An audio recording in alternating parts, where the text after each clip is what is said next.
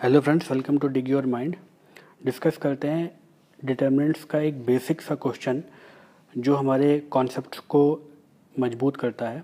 हमें एक डिटर्मिनेंट दे रखा है, ठीक। इसकी वैल्यू हमें सॉल्व करके लेके आनी है 4 times a square B square C square, और हमें यूज़ करना है डिटर्मिनेंट्स की प्रॉपर्टीज़ को, ठीक है। चलिए याद रखिए, हमें 4 times a square B square C square proof करनी है इस डिटर्मिनेंट की वैल्यू प्रॉपर्टीज़ को यूज़ करते हुए। चलिए, तो ये हमने डिटर्मिनेंट लिख लिया, minus a square a b minus b square b c minus c square, ठीक। हमें 4 times a square B square C square चाहिए था। तो अगर हम देखें तो फर्स्ट रो में हमें सारे टर्म में ए कॉमन मिल रहा है, सेकेंड रो में बी कॉमन मिल रहा है, थर्ड रो में सी कॉमन मिल रहा है। ऐसे अगर फर्स्ट कॉलम को देखें तो भी हमें ए कॉमन मिल रहा है, सेकेंड कॉलम में बी कॉमन मिल रहा है और थर्ड कॉलम में सी कॉमन मिल रहा है।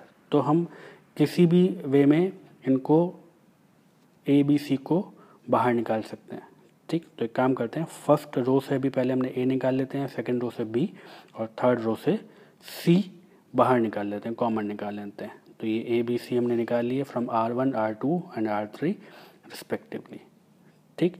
तो हमारे डिटर्मिनेंट की वैल्यू क्या आ गई, डेल्टा से रिप्रेजेंट करते हैं, ए बी सी बाहर आ गया तो ये बन गया टर्म्स हमारे, ये माइनस का ए बच गया, यहाँ पे ए चला गया था तो बी बच गया, यहाँ ए चला गया था तो सी बच गया, ठीक।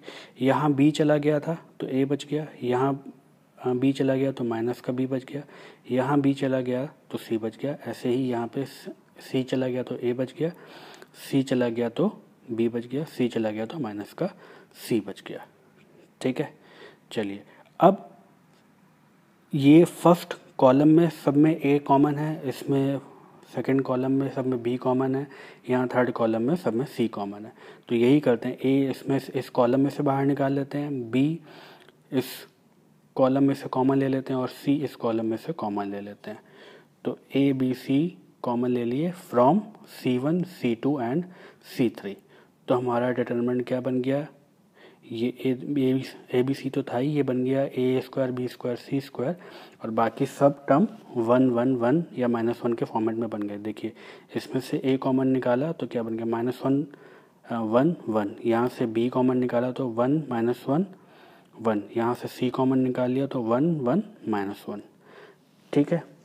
चलिए, अब देखिए ए स्क्वायर बी स्क्वायर सी स्क्वायर आ गए। हमें बेसिकली करना यही होता है, जो हमें फाइनल रिजल्ट चाहिए उसकी तरफ हम बढ़ते चले जाते हैं एक एक स्टेप करके, क्योंकि हमें ए स्क्वायर बी स्क्वायर सी स्क्वायर के टर्म चाहिए थे तो वो हमने निकाल लिए। अब हमें बस 4 चाहिए। अब वैसे तो हम इसको एक्सपेंड कर सकते हैं, लेकिन अभी हम इसमें ज़ीरोज़ बनाएंगे, ठीक है, एक रो या कॉलम में। तो हम क्या करेंगे, यहाँ -1 दे रखा है, यहाँ 1 दे रखा है, यहाँ 1 दे रखा है, तो इनको हम चाहे तो ज़ीरो बना सकते हैं, चाहे तो कॉलम में हम ज़ीरो बना सकते हैं, ठीक है। ये हमारे पास पूरी छूट है। चलिए, तो अब हम क्या कर रहे हैं, इस रो के टर्म्स में यहाँ पे 2 हम ज़ीरो बना सकते हैं। कैसे बना सकते हैं, जब इस वाले कॉलम को हम इसमें ऐड कर दें और इस वाले कॉलम को हम इसमें ऐड कर दें, यानी कि C2 में C1 ऐड कर दें और C3 में भी C1 ऐड कर दें। तो वही कर लेते हैं। तो क्या बन गया, C2 को हमने क्या लिख दिया, C2 प्लस C1, और C3 को लिख दिया C3 प्लस C1। तो हमारा ये डेल्टा किस में कन्वर्ट हो गया, A square B square C square, first column as it is, और बाकी यहाँ पे ये दोनों टर्म ज़ीरो, यहाँ पे टर्म ज़ीरो, 2 2 एंड 0, ठीक। अब हमने 2 ज़ीरो कॉन्जिक्यूटिव बना लिए हैं, तो अब हम इसको सिंपली एक्सपेंड कर सकते हैं फर्स्ट रो के अलोंग, ठीक है। तो ए स्क्वायर बी स्क्वायर सी स्क्वायर तो एज इट इज़ हो गया, -1 टाइम्स इसके ही टर्म्स, इसके ही अलोंग हम एक्सपेंड करें तो बाकी दोनों टर्म तो ज़ीरो हो जाएंगे। -1 टाइम्स ये एक डिटर्मिनेंट क्या बन गया, 2/2 का, 0 2 2 0।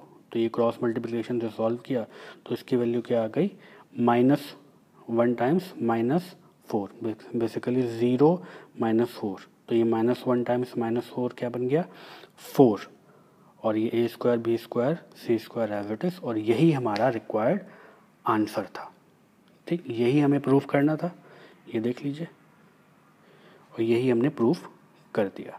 ये आई होप आपको ये कॉन्सेप्ट समझ में आए होंगे। बहुत बेसिक सा क्वेश्चन था, ठीक है। डिटरमिनेंट की प्रॉपर्टी कैसे यूज़ करते हैं वो समझ में आया होगा। आपको कोई डाउट आता है तो आप कमेंट सेक्शन में पूछ सकते हैं। वीडियो कैसा लगा ज़रूर बताइए कमेंट सेक्शन में। आपको वीडियो अच्छा लगा तो इसको लाइक कीजिए, चैनल को सब्सक्राइब कीजिए, बेल आइकन प्रेस कीजिए और अपने फ्रेंड्स के साथ ज़्यादा से ज़्यादा शेयर कीजिए। Thank you so much for watching the video.